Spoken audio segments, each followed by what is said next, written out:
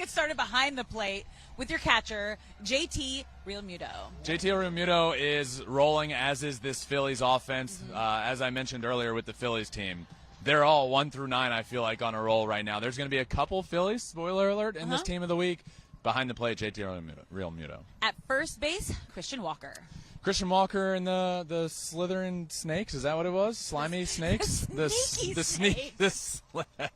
sneaky snakes. Christian Walker, one of the most underrated players in the game of baseball this year. Christian Walker had a great week. He's at first base. At second base, Bryson Stott. Again, another Phillies player, hit over 400 on the week, a few homers. Bryson Stott, and this Phillies offense is rolling. He's my second baseman. Moving on to third base, Gunnar Henderson. Gunnar Henderson and the O's, he was my AL Rookie of the Year prediction. Got off to a pretty rough start. As of late, he's been fantastic, a huge piece for this Orioles lineup. Hit the longest home run onto Utah Street that has ever happened there at Camden Yards. 3 homers on the week. Gunnar Henderson's rolling. He's my third baseman. Moving over to shortstop, Orlando Arcia.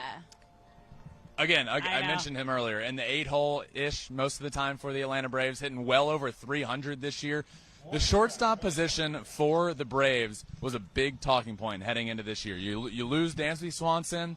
Is Von Grissom going to be the answer there? Well, it's been Orlando Arcia, and he's had one of the better years in baseball and a very underrated year at that. He's my shortstop. Now, as we move to the outfield, remember, these are just 3 outfilders, not related to what position they play in the outfield, just your 3 best outfielders. Yep.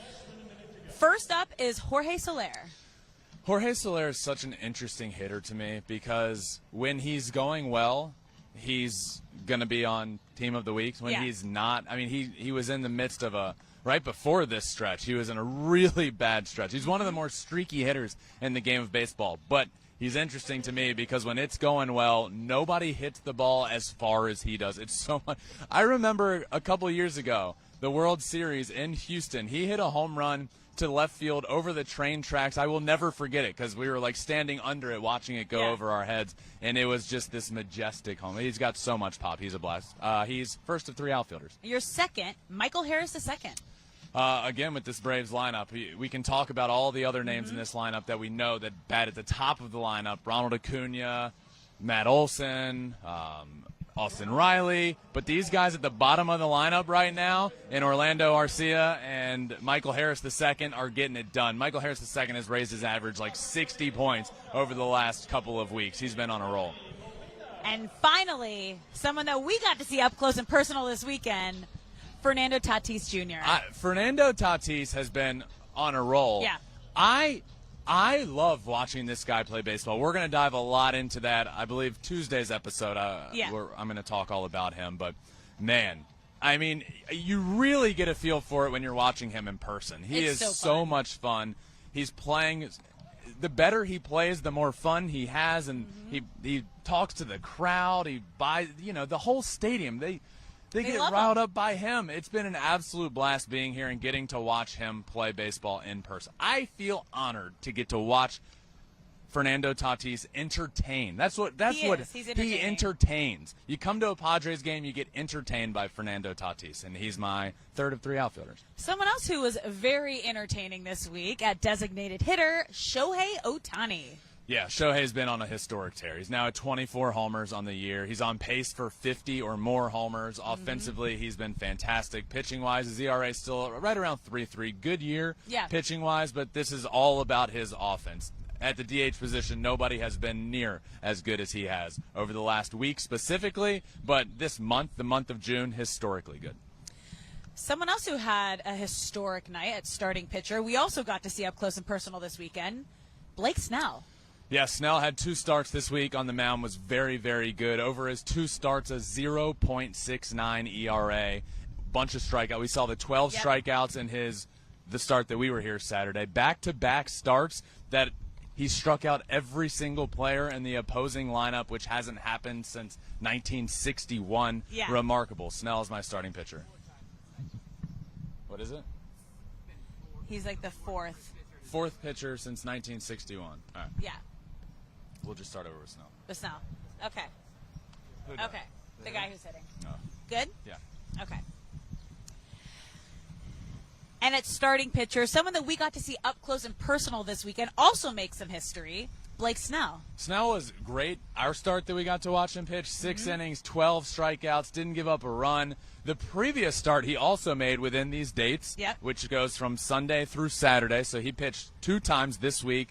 He also struck out every single batter in the lineup, only the 4th time that that's been done in back-to-back starts since 1961.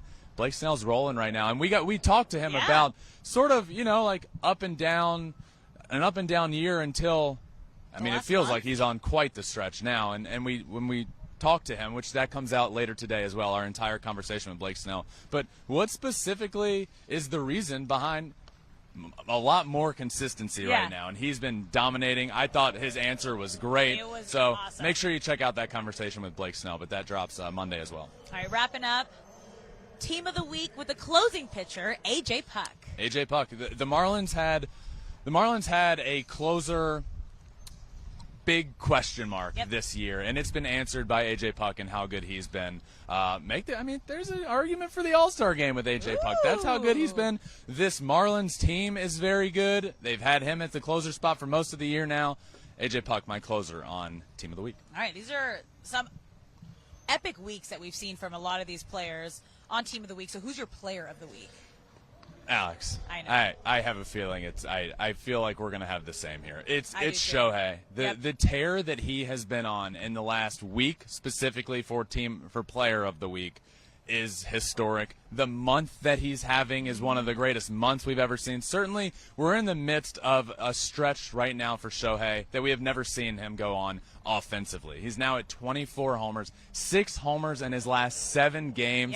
Every time Shohei's stepping in the box right now, it feels like there's a very good chance he hits a homer. Shohei Ohtani is my player of the week. My player of the week is also Shohei Ohtani. I mean, it's hard not to. When you hear everything that he's done, he leads the Angels in almost every single category, statistical category, on both the offense and the pitching side of things. So, Shohei Ohtani is our player of the week. Yep. That rounds out my team of the week and player of the week.